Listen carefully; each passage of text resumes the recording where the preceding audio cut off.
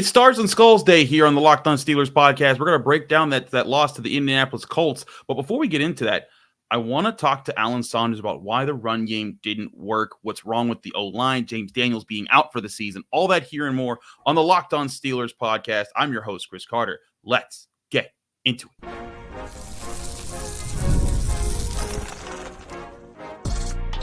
You are Locked On Steelers, your daily Pittsburgh Steelers podcast. Part of the Locked On Podcast Network, your team every day.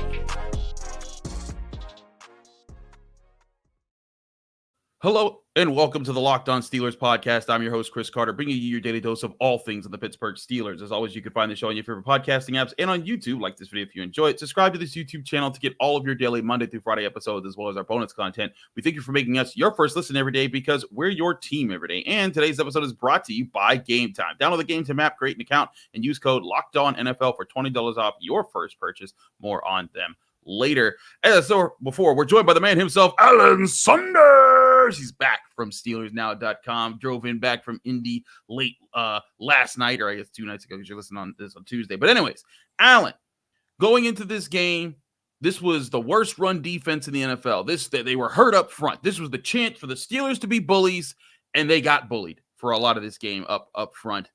We're going to break down a few things that get into this. But first, we got to deal with the big news. James Daniels has an Achilles injury. He's out for the season, and that's a big blow to the Steelers. He was one of the 2 major veterans that you paid on this offensive line to kind of stabilize things. How do you think the Steelers have to go about replacing him? Because I know Isaac Seumalo is working his way back, but it seems now more prevalent that he gets back sooner so that they don't have to put Anderson and McCormick in there at the same time. Yeah, Seumalo was a limited participant in practice all week last week. I think he probably will try to go this week. We'll see how the practice week goes. And then I think you'll probably see more Mason McCormick. I think the Steelers have liked what they've seen, especially in the run game. I talked to Najee Harris a couple weeks ago, and he was like, I love running behind that dude. He's going to be really good. And when you watch the tape, it's like it's pretty up and down, but the positives are kind of eye-opening, right? He's a physical specimen, gets out in space, and he really mauls people. I think you can live with the kind of highs and lows of a young guy who has some high upside, and I think that's what they're going to do. So I assume it's going to be Seumalo and McCormick, but we'll see how things go. And then, man, it's like last year with linebackers. I guess this year it's just going to be offensive line. 5 of the top 10 offensive linemen injured as of right now. Yeah, that's crazy. I mean, and when you consider Troy Falatanu was technically a starter because they were going to put him as a starter when he got hurt. He was a starter when he got hurt. You got him, Seumalo, and Daniels all at the same. That's 3/5 of your offensive line. But this was something you and I talked about during the offseason. The Steelers have had very good luck at not getting their offensive line injured for the last few years. That's not skill. That's not planning. That's not coaching. That's just, hey, them's the berries. And now it's kind of just the bad luck is going to come back on you. And I think they're certainly feeling that now. Yeah, and they were just like fluky injuries too. It's not even like there's something you can point to say like, oh, the Steelers are getting this wrong. It was a pec, a rotator cuff, an Achilles. Like it's all just a knee in practice, stuff. Dislocated knee in practice. Like that never happens. So like, it's just been random bad luck. It has been. But let's talk into what's really been going on outside of things that they can't control, like injuries. Let's talk about this offensive line in the run game. Alan, I get that this offensive line is young, but there are times I felt like you see the youth come out in times. And I think part of this is also on Arthur Smith. I think that he needs to, especially early in games when the Steelers are trying to set a tone, maybe don't try to set the tone with the offensive line in the run game right away. Maybe pass to set up the run a little bit, maybe if that's the thing there. But I continuously saw the Colts, like the Chargers early in their game, flooding the line of scrimmage, run blitzing a lot, and the Steelers' offensive line, it took them time to figure out how to counter that. You saw Mason McCormick, Zach Frazier getting pushed backwards a lot in this game. Spencer Anderson when he was in there. Funny enough, I thought Broderick Jones was the best run blocker in this game, but they didn't run to his side. They couldn't get out to the outside. Najee Harris had 1 carry behind Jones after him and Darnell Washington had been so good against the Chargers. I agree. I think it was more about the play, maybe not the play calling, but just the combination of where they were running, who they were running with, how they were running didn't seem to click. I didn't think the line was doing great in the zone runs where if you're watching the tape and you're trying to evaluate, like trying to see what's a zone run, the biggest giveaway is the first step. You see all 5 offensive linemen move the same way at the same time. Like they're all going to go together. And you can see on this tape, like very quickly, instead of there being like one line progressing down the field, they're getting staggered. Some guys are getting forward, some guys are getting blown back. And that's when a guy like Najee Harris really struggles, because he's not the guy who's going to hunt and peck through the traffic to like find the hole. He needs to go and gain momentum and be a guy who runs downhill. And I just think they weren't winning at the point of attack enough. And that's like, and they've run last year. They ran a lot of power, a lot of gap schemes. They did put some in this game. I saw some trap. I saw some pulls. But I think Najee Harris is a better fit for that kind of running than what the Steelers were doing. And then like they bring in Cordell Patterson, and that's when we saw some of the gap stuff. So, and then those hit, and I'm like, I don't know. It felt like they weren't running behind their best run blockers. They weren't running the best kind of plays for the only running back they had. It's not like they could just take Najee out because he wasn't doing well. He was the only one. Everybody else was hurt. So I don't know. I didn't think it was a great game for Arthur Smith in terms of managing the running game. And I think that's a big reason. I mean, players got to play better. There's no question about that. Yeah. But I don't know. I'm with you. It was an awkward way to attack that Indy defense, I think. But to me, part of this too is what a lot of this too is what we were talking about. Like you're saying, that staggering. The Steelers' offensive line in the 2010s, when they were in their prime with Pouncey and DeCastro and Gilbert and those guys, like that's what you saw, just a wall of dudes just moving forward. So when Le'Veon Bell was picking and choosing what Holy was doing, what Holy attack, he was doing so with about 3 or 4 yards of space before he even had to worry about the line of scrimmage. And Najee Harris is dealing with guys in the backfield. He can't even be that guy that dances and picks the hole right now, because they're taking the defensive line of opponents are taking a space, or the linebackers, even the safeties are blitzing into the hole and just corrupting the space. The Steelers either the young Steelers offensive line has to get better at recognizing those, winning those points, using better fundamentals, not letting guys get into their chest, because that's I just looking at the tape, that was something I saw happen a lot in this game. Or while you're trying to coach them to be better at that, and they're getting better and they're adapting to the NFL, maybe you need to the Arthur Smith in this offense needs to focus on, hey, you know who's playing really well right now? Justin Fields, and figuring out where to go with the football. Maybe let him set the tone so that we can get opponents off guard, and then less pressures on the O-line. Yeah, the other thing I saw, and you mentioned it there, is like when you have safeties and linebackers that are on run blitzes coming in the hole, it's not about the offensive line at that point. That's got to be your tight ends. If you've got guys in wingback or fullback spots, if you got a slot receiver, those are the guys that have to pick up those extra guys. Mm-hmm. And the Steelers ran a lot of 13. They ran out of a lot of 13 personnel, extra tight ends on the field. But I didn't feel like guys like Connor Hayward and Pat Freiermuth, outside of Darnell Washington, I didn't think that the extra bodies they were bringing in were winning those other matchups. Agreed. And so then you're just big on big, but you're losing. And like there's one run early in this game where the offensive line opens up a hole 6 miles wide on the left-hand side, and Scotty Miller and Connor Hayward both lose their blocks, and Najee gets lit up after like a 2-yard gain. And that could have been a 30. The way the offensive line blocked it. So it's not all about the line. When teams know you're running, they're bringing those other guys up. The other eligibles have to block too. Agree. And I think that's something that the Steelers have to work on as their players, but also maybe acknowledging, hey, in our game planning moving forward, other teams are going to try. That's 2 teams in a row that have attacked them this this. The difference was the defense kept the Chargers off the board, so then you could grind them out and wear them down in that game. In this game, you weren't able to do that, and they were fortunate that Justin Fields was able to keep it close. They just weren't fortunate for him to be able to finish the drive as well. I want to get your thoughts on this, Alan, before we go to break, because one of the O-line things that happened, of course, is the snap situation.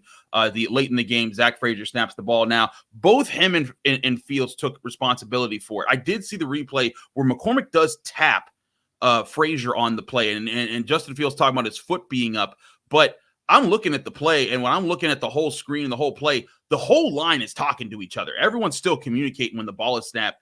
I thought there was if there was something, there was a miscommunication, it was on Frazier, because the team wasn't set and Justin was still calling things out.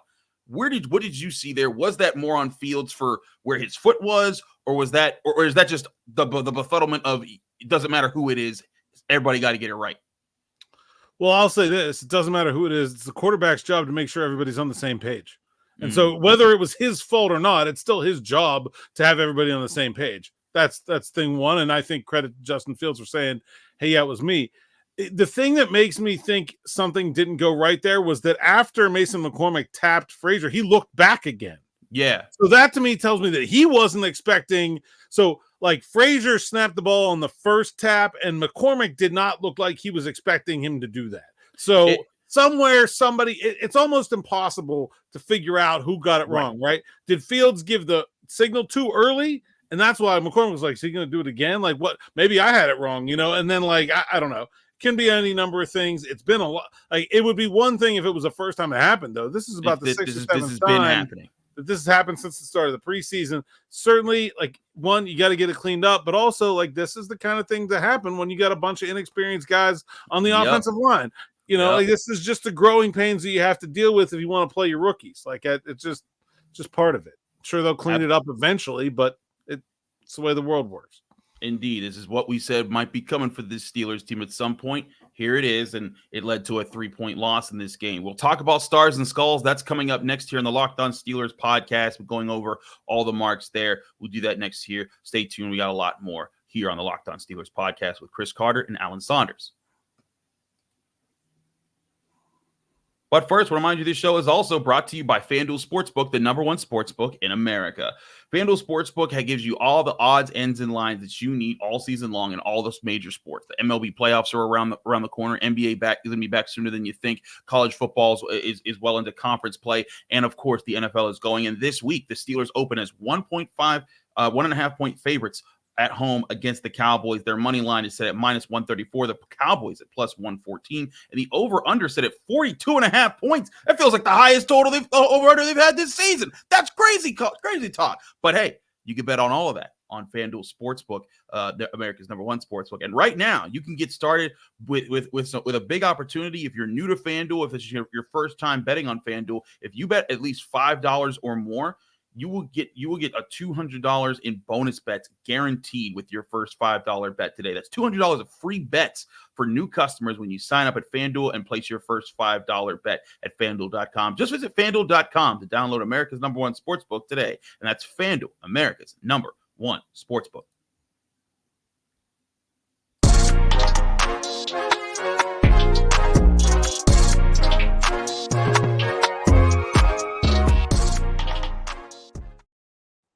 We're back here on the Locked On Steelers podcast. Chris Carter here with Alan Saunders of SteelersNow.com. All right, Alan, let's get to the stars and skulls grades. As we normally do, when it's a win, we start with the bad. We work our way to the good. When it's a loss, we do the reverse. So we do have some 1-star grades, no 2-star grades. And I know there's some people that are probably like, wait a minute, what about Justin Fields? We'll get to that.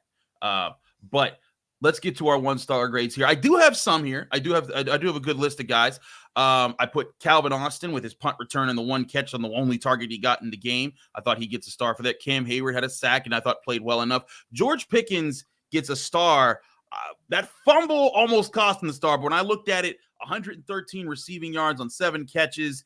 He was a big factor in the game. The fumble was costly. If I looked at it, if he doesn't fumble that ball, I probably do give him a 2-star performance. So I bring it down to a 1-star because of that. Najee Harris with a star because of his receiving yards, and I thought that he was, when they gave him space to run, he made plays. Boswell for his kicks. Deshaun Elliott, I thought was solid. It was solid throughout this game. Was maybe one of the best defensive presences they had. Justin Fields with a star. We'll get back to him because he's always a big talking point. Darnell Washington for his 2 catches gets a star. Beanie Bishop with a sack. He gets a star. Cordero Patterson, when he was running the ball, if he was healthy, he might have gotten 2 stars because the pace that he was going was pretty solid. And then Pat Freiermuth for his touchdown and catch. He might have had 2 stars if he had blocked better in this game. But those are all my 1-star players here, Alan. Any complaints? Yeah, I got one, and it's not a fair complaint because you were in the locker room in Indy and you probably didn't know. But the second Colts passing touchdown was all on Beanie Bishop. He ran the wrong defense. Okay, so I think that's something that I've been wondering because I was looking at the All 22 and I could tell you see Patrick Queen yell at Joey Porter Jr. And I'm like, that was the first one, the first passing touchdown, but the second one was Ogletree over the middle, and it's supposed to be a zone, and Beanie stays with his guy, and doesn't get the tight end releasing on the angle route. And yeah, it happens. So Beanie probably it was a nice sack. I thought I'll tell you what, I thought all the young defenders, and there's not too many of them, but like, I didn't think Herbig played that well. I didn't think Wilson played that well. I didn't think Beanie played that well. When Leal got in there, I didn't think he played that well. I thought the Colts did a really nice job of going at the young guys on the Steelers defense. Yeah, they did, and they'll be in the skull segments here in a little bit. That's why they're not in the star segment. All right, thank you for that information about Beanie Bishop. I did not see that from the locker room. It's what I get for being in Pittsburgh. So I'm going to revise this and take Beanie Bishop off. I just want to give a shout out. I thought Deshaun Elliott was really, really good, man. Again, like he's a.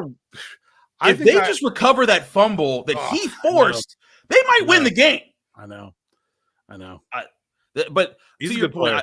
I think he has been worth all the money and maybe even more what he's done for the Steelers so far. But let's get to Justin Fields here because he gets a star here.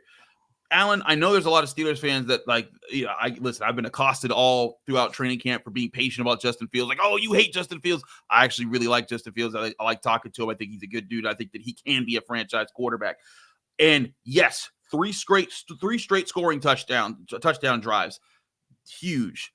But I can't that doesn't erase the sack fumble that took them out of field goal range and the fumble just being completely inexcusable. Again, he gets a star because I think he had a good game. But if he doesn't have that sack fumble and they get a field goal on that drive, this is probably a game that goes to overtime. Then maybe he does have a comeback, or maybe he does lead the Steelers to a win here. And then we are talking about 2-star performance. Plus, I also thought there were some plays that he missed here and there. I still think it was a good game from Justin Fields. Again, those 3 touchdown drives, he engineered. He was making good reads. He was making good decisions. I like that. But again, some of the other mistakes, especially the fumble, can't give him 2 stars when he does that. The fumble is like it's such a bad play. It's like it almost like breaks the scale, right? Like that, that plays so bad because it's not just a physical error. It's not like George Pickens, who's, he didn't secure the ball very well, but like he's at least just trying to do the right thing. When you're trying to do the wrong thing and then you screw up when you're trying to do the wrong thing, I think that carries extra weight. I thought he was good in the second half, but I thought he was a part of the problem with the offense taking too long to warm up to this game. I didn't think he was very good in the first half. Didn't convert on some third downs. And so I think that was part of it too for me, where like, if he had played a more even game, I think I would feel better about the performance. But it was like this furious comeback after a pretty meh first half, and I think that to me, like you got to be more consistent than that. And so I think that was part of it too. Okay. That makes a lot of sense there, and I agree with that. Especially because the first half, I do agree. I thought there were some more plays to be made, things to get there. And ultimately, he committed 1 turnover in this game. If George Pickens doesn't fumble, maybe at the 5-yard line, maybe we're talking about difference. And again, that's why George Pickens only has 1 star. Because I thought outside of that one play, I thought he was very much the George Pickens that you need him to be in a lot of these games.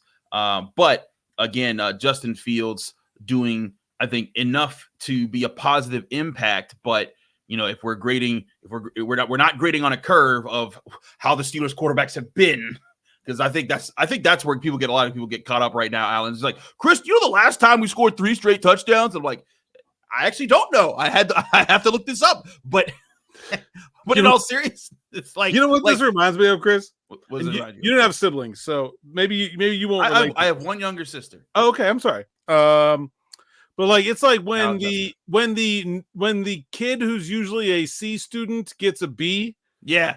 Okay, like that's like, hey! That's a big deal. Like we're going out to dinner tonight. Meanwhile, the kid who always gets straight A's is like, where's mine? Where's mine? What do you? Yeah, no, that's exactly the reaction to the Steelers quarterback situation right now.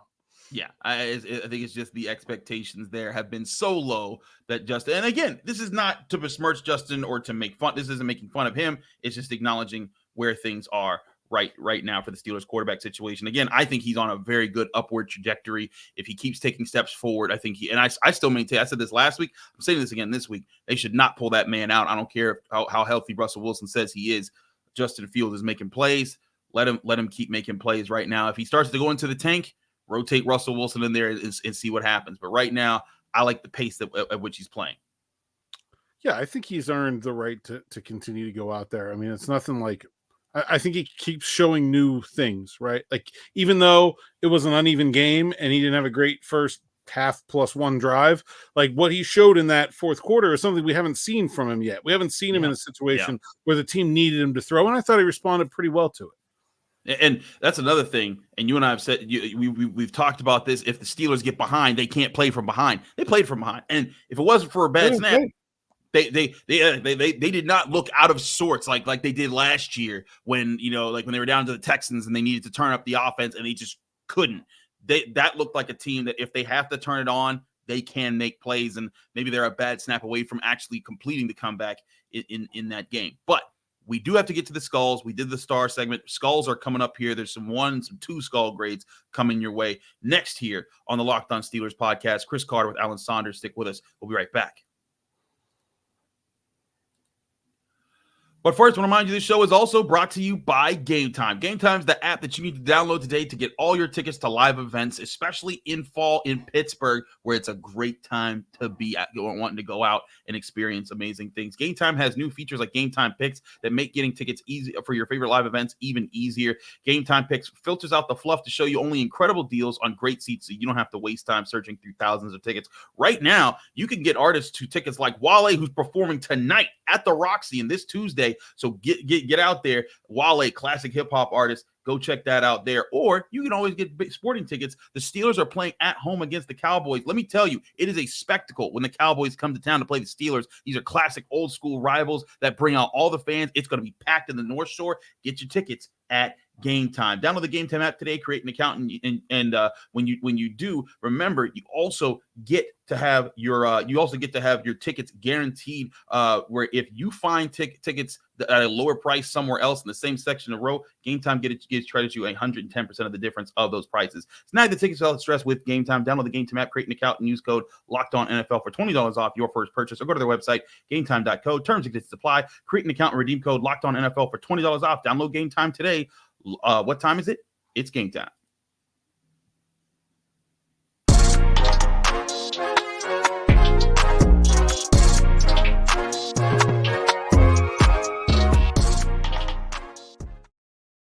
Back here on the Locked On Steelers podcast, I'm your host, Chris Carter, here with Alan Saunders of SteelersNow.com. Jared Goff just caught a touchdown. Never seen that, but didn't see that coming. We're recording this during Monday Night Football. But before we get into this, Wale at the Roxy tonight played college football at Robert Morris University. I never knew that. Huh. There you go. That's a boom stand. There you wow. Go. There you go. I'm gonna have to tell Tiana. We're both big Wale fans. But anyways, thank you for that, Alan Saunders. I had no idea. What did he play? I think he was a running back. I'm not sure. That's just I don't know why. I could be wrong about that. But I think he only played 1 or 2 years and he transferred somewhere, maybe like Virginia State or something like that. I knew he's the DC area. So yeah, it was back to DC. Yeah. Gotcha. Okay. Very cool. All right. Well, let's get into some skulls here with the bad grades. We're going to start with the 1 skull grades. So we're going to do a lot on the offensive line, and we'll get to that because we talked about this a bit. Dan Moore Jr., Broderick Jones, Zach Frazier, all 1 skull grades. I didn't think any of them were egregious. I just thought they could be better. I thought Broderick Jones, he gave up a sack that was really bad, but I thought his run blocking was pretty solid. And I thought it was just a balance that I didn't see enough that because they didn't run behind him, he really didn't have the chance to counteract the sack he gave up. So I gave him a 1 skull grade. Dan Moore, I thought, missed quite a bit in the run game. Zach Frazier, I just felt like there were times that he could have been better up the middle. I also mark Peyton Wilson, DeMarvin Leal, Connor Hayward, and Landon Roberts with 1 skull grades here. Just thinking, looking at this, that they were, like you said about DeMarvin Leal, I just didn't see him doing enough when he was out there. And I think the Steelers definitely missed having Herbig as the backup to Highsmith on that edge place. I don't know who the 2 skulls are. I'm going to push back on E-Rob. I didn't think he got. I thought he should have played more. I didn't think he got enough chances. I guess did he have a bad play? I think he had like 21 snaps. It was just when I was looking back at the film, they also kind of attacked his zone a couple times, and he just looked like he was out of position. But it wasn't, again, it was just one skull. It wasn't one skulls are not very bad. It's just like, hey, you got beat once or twice, and you didn't really get the chance to make it up. You weren't the reason the Steelers lost, but you were not exactly a contributing member to getting them over the hurdle. Yeah, I think you can make an argument for Nick Herbig. I know he's playing hurt. I think that kind of, I don't know, kind of let that go, I guess. But I thought they were running right at him, intentionally running away from TJ, and I thought they were having success doing it. I thought so too. So we'll get right to the 2 skull grades here, because I think that's kind of the meat of this segment with looking at this. And Nick Herbig is on that. Is on those. There you 2 go. skulls. Okay. Yeah, because he is not free of criticism here. When I looked at Nick Herbig in this game, I just saw, even when he wasn't, even on plays that weren't about physicality or about injury concerns, he just looked lost at times. Like there was a time they ran a reverse, and I've seen Alex Highsmith several times on reverses stay deep as the deepest man and say, hey, you're not coming out wide. You better cut it up the middle because you ain't coming out here. And there was a play where Nick Herbig was lost on. There was a couple of those option runs early to Richardson where he where he fumbled. It was totally fooled. Yeah, and like, look, young guy, these things happen, but that's part of the youth that we're talking about there with Nick Herbig, where a lot of people are like, oh, just trade Alex Highsmith. Nick Herbig looks perfect. I'm like, let's let Herbig grow a little bit. He's got to learn. Alex Highsmith had to learn. TJ Watt had to learn. Give Nick Herbig time to grow. But in this game, it wasn't good. He got a 2 skull grade. 4 other guys with 2 skulls here: Spencer Anderson, Mason McCormick. I thought they just got beat up way too much on the inside. When I was looking, they got driven backwards a lot on key plays. I also give Patrick Queen and Joey Porter Jr. 2 skull grades. Though the second touchdown to Ogletree, you telling me that's Beanie Bishop. Live, when I look back at it quickly in film, I thought that was on Patrick Queen because he kind of vacated the middle part of the field. But you telling me that's on Beanie, and you got that from guys in the locker room, that makes me kind of want to give Patrick Queen a little bit of a break here, because I thought that last touchdown that they scored in the 4th quarter was more on him. But you tell me that I might go back and revise this here. I think you can leave it on Queen. He missed a couple tackles, and I'll say the same thing I said about Fields. It's his job to get people lined up right on that defense. Mm-hmm. So even if it's not his fault, if it's a miscommunication, there was a miscommunication between him and Joey Porter Jr. on the touchdown, the flat to Downs. On that play, they rushed 4, dropped 7. Yep. The Colts only had 3 guys in a route. The Steelers had 7 covering 3 and left someone wide open. It's just that's the kind of stuff that can't happen. And so I'm fine with putting some of that on Patrick Queen's shoulders, because he's the quarterback out there, even if it wasn't his specific assignment. And he took responsibility of that. When I heard him talking in the locker room, he's like, hey, it's on me to get these guys lined up. And I did think that was a big problem. Like Josh Downs' touchdown, that's also where I put so just to be clear, that Josh Downs' touchdown, that was on Joey Porter Jr. That wasn't on Beanie Bishop going to the flat. Joey Porter Jr. was supposed to help against Down and pinch him into Queen so that it'd be easier for them to make a play. Yeah. Yeah. So, I mean, you could probably take a skull away from Queen, but I think the responsibility aspect of it to me is those young guys. We talked about the young guys not playing well. That's the guy who's supposed to get everybody on the same page, bring the young guys along. I'm fine with Queen wearing some of the weight of that performance. I'm right with you there on that, and I think I will leave Patrick Queen because, like you said, the communication is a bar on him, and there were still other plays where I thought he was out of sorts. Yeah, he missed a couple tackles. He was also out to lunch on that Richardson keeper that he fumbled on as well. So I think it's fair. That's fair there. And then real quick on Joey Porter Jr. here, I just I looked at this game and I thought. The first play, Anthony Richardson did throw a high pass, but I thought he still could have played that much better than he did, and it should have at least been broken up. I think it really should have been intercepted. The dropped interception in the end zone, when you need those are the plays you need him to step up and actually haul in. And then there were just several times where I saw him losing on routes in key situations. I didn't think the penalty that he got charged for was a fair penalty. I thought that was really harsh on him. And it really seems like the league is focusing in on him whenever like they're seeing things that are so slight. And I'm like, how can you do that and then not see TJ Watt getting mugged on touchdown plays where he's being tackled to the ground? But still, even without the penalty, the plays that he gave up, the touchdown in the miscommunication, the 2 missed interception opportunities, I have to give him a 2 skull. But and I almost gave him a 3 skull, but I was like, this wasn't like a Artie Burns game where he was just getting toasted left and right. He made some bad mistakes. So I'm giving him 2 skull. It is bad, but it's not like close to bus ticket bad. Yeah, I mean, the Colts moved him inside a little bit, but Pittman 6'1", like that's not that's not what you want if you're Joey Porter Jr. I agree. Right. You cannot. The Steelers want to be a defense that trades yards for opportunities to get turnovers. They will give up some field goals because they want to take the ball away. You can't be that kind of defense and drop your interceptions. And they've dropped a bunch so far. And I'm not just on Joey. Pat Queen had one last week. Dante Jackson had one early. You got to make those plays, like especially with a guy like Flacco, who you know is going to get the ball out. He's not going to let you get takeaways from him. He's not going to give you the ball, right? Yeah. You're going to have to intercept it. He's not going to give it to you in the backfield. All right, the ball's coming out, whether the guy's open or not.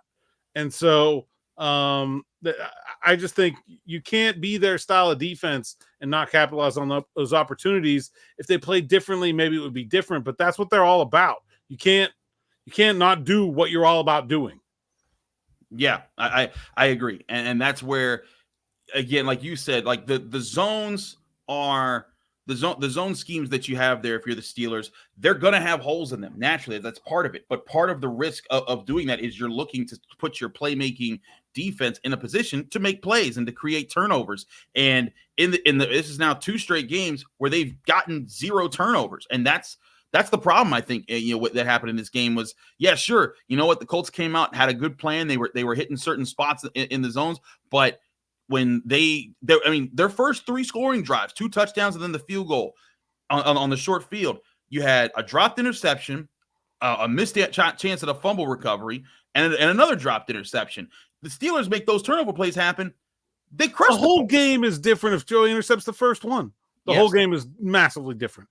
I think you could honestly come close to dropping a skull here for Minkah Fitzpatrick just for the lack of splash. Like, there's no bad plays, but like that's supposed to be his job in this defense. And I thought about that too. I thought about that too, but I kept looking back and I'm like, where's the play where he was out of place? I guess if you want to blame him for the penalty, I guess would be the one play. But it was a ridiculous penalty. I mean, he was shoulder to shoulder. I kind of don't think it's a ridiculous penalty, but I think that gets called a lot. Like, the ball was nowhere near the guy. I think that's the problem. Yeah, it wasn't a helmet hit, but it was shoulder to shoulder, and that's a fast receiver that you got to close in on. And he even pulled up on it, and that's what Gene Storrsor said. You could see him slow down. And clearly he did slow down. He still hit him pretty hard. I think that's one where when you look at it on the replay, you're like, it's probably not a penalty. But live, when the dude goes flying 4 yards away and the ball was nowhere near him, you're like, flag. Like, I think that gets called more often than not. It's also unnecessary. Like, he could have avoided the collision a lot more than he did. I don't know that play was happening really fast, and that's a playmaking wide receiver there. Adonai Mitchell he catches the ball and you don't hit him, he gone. So you got to try to break it up. I think that's typical football there, and they should that was one they should have let go. But again, if that's the one hang up on Minkah Fitzpatrick, that's why I didn't give him a skull. I do agree that the Steelers needed to find ways to get him in better positions to play Minkah ball, which we talked about in this offseason, which he talked about in this offseason, and he hasn't. But when I'm looking at the games, teams are just actively avoiding him. And for the first 3 games, it didn't matter. Why? Because the Steelers were kicking butt everywhere else. And I don't think the Steelers offense ever really put a team in a position to have to say, hey, well, you know what, we're going to have to get vertical and attack because and try to go after Minkah because he's in the right spots. And in this game, I think that was another factor of it. Like, all the passes that were close to him were well underneath him. I don't think he's had even a turnover opportunity yet. No, I think they're trying to disguise a lot of coverage with him, and it doesn't seem like they're fooling anybody. And I'm not going to put that on him. That's a scheme thing, but like it doesn't. Like, they're trying to move him around and get him in places where the quarterback doesn't expect him. It doesn't seem like it's working.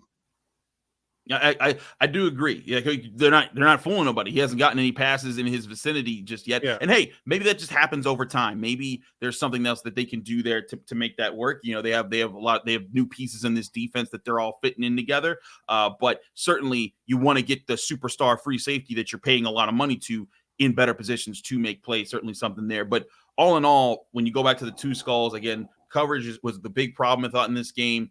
Stuff in the run was one thing, but if they just get a couple of get one of those turnovers against Anthony Richardson or Joe Flacco that were right in front of them, they win this game. That's why I gave them those marks there. So there's your stars and skulls. Alan, thanks as always for joining us here, buddy. We appreciate you joining us for Stars and Skulls on Tuesdays here. Let people can find you, follow you, and get more of your work. At @Saunders_PGH on X, Instagram, and TikTok. PGH Steelers Now is my site's account. SteelersNow.com is where you can find all my written work. You can find my podcast, Steelers Afternoon Drive and Steelers Morning Rush, at the Steelers Now YouTube page or anywhere you find podcasts. Absolutely. Check him out. He's Alan Saunders. Thank you, Alan, for joining us here. We always appreciate having you. Thank you all for joining us here on the Locked On Steelers podcast. I'm your host, Chris Carter. Follow me on Twitter and Instagram at Carter Critiques. Read my work at the Pittsburgh Post-Gazette, post-gazette.com. I actually have a film study coming out today, this Tuesday, about the Steelers' problems in pass coverage and what happened in this game. Read more of that there as I break down some of the tape in that situation there. But again, check it out at the Pittsburgh Post-Gazette, post-gazette.com, and find this show, the Locked On Steelers podcast, every Monday through Friday on your favorite podcasting apps and on YouTube. Back tomorrow with more on your Pittsburgh Steelers, giving some thoughts on what Mike Tomlin said in his Tuesday press conference. See you then.